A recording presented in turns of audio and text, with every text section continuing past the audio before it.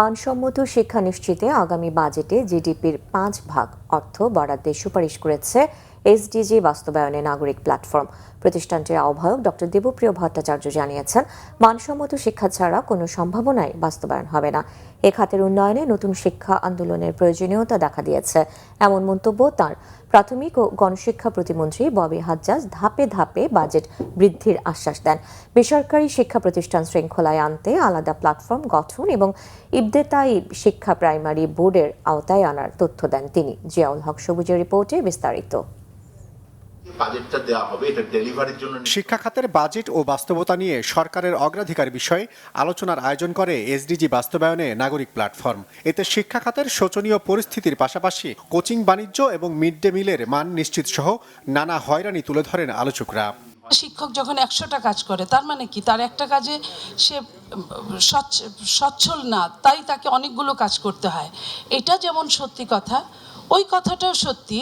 আমি অনেক ইংলিশ মিডিয়ামের শিক্ষকদের দেখেছি যারা কোচিং করে মাসে 10-15 লাখ টাকা অনায়াসে ইনকাম করে। আমাদের অন্তর্বর্তী সরকার 3 zeros এর কথা বলেছিল, আর আমরা বর্তমান সরকার এবং বিরোধী দল 3 এর উপরে আছি। এখন তো অর্থ আছে মানেই আপনি ঈশ্বর। সেই অর্থের সোর্স যদি ইয়াবা ব্যবসাও হয়, সেই অর্থের সোর্স যদি গার্মেন্টের ঝুট ব্যবসা হয়, কিচ্ছু যায় আসে না। সো আমাদের অর্থকে যখন আমরা ঈশ্বর করে ফেলি, তখন শিক্ষকের মর্যাদা অটোমেটিক্যালি সবচেয়ে নিচের দিকে থাকে, এবং তখন সত্যিকার অর্থে যারা কিছু দিতে পারবেন সমাজকে, সেই মানুষগুলো আর এখানে যুক্ত হন না।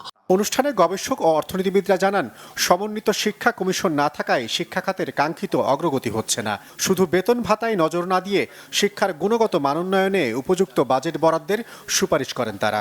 জিডিপি যা হবে তার 5% এবং অন্যান্য দেশ, নেপাল, ভুটান, শ্রীলঙ্কা, আশেপাশের দেশগুলো, এমনকি পাকিস্তান, ভারত, তারা যদি জিডিপির এই শতাংশ টাকাটা দিতে পারে, তা বাংলাদেশ কি কারণে পারবে? এই মুহূর্তে মানসম্পন্ন শিক্ষা যদি একটাই মাত্র দাবি থাকে, তাহলে এইটা আমি জাতীয় দাবি হিসেবে সামনে নিয়ে আসার পক্ষপাতী।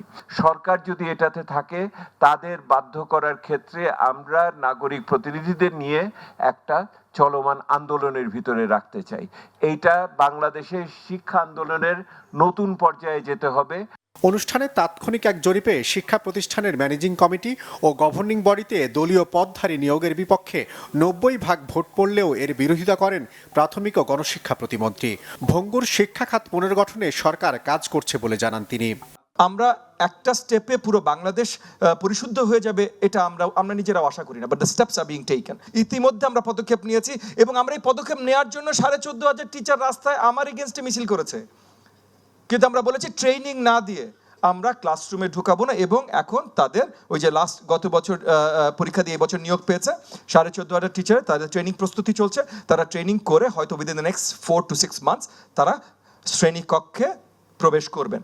মানসম্মত শিক্ষা নিশ্চিতে সরকার ও বিরোধী দলের মধ্যে দ্বিদলীয় ঐক্যমতের তাগিদ দেন আলোচকরা।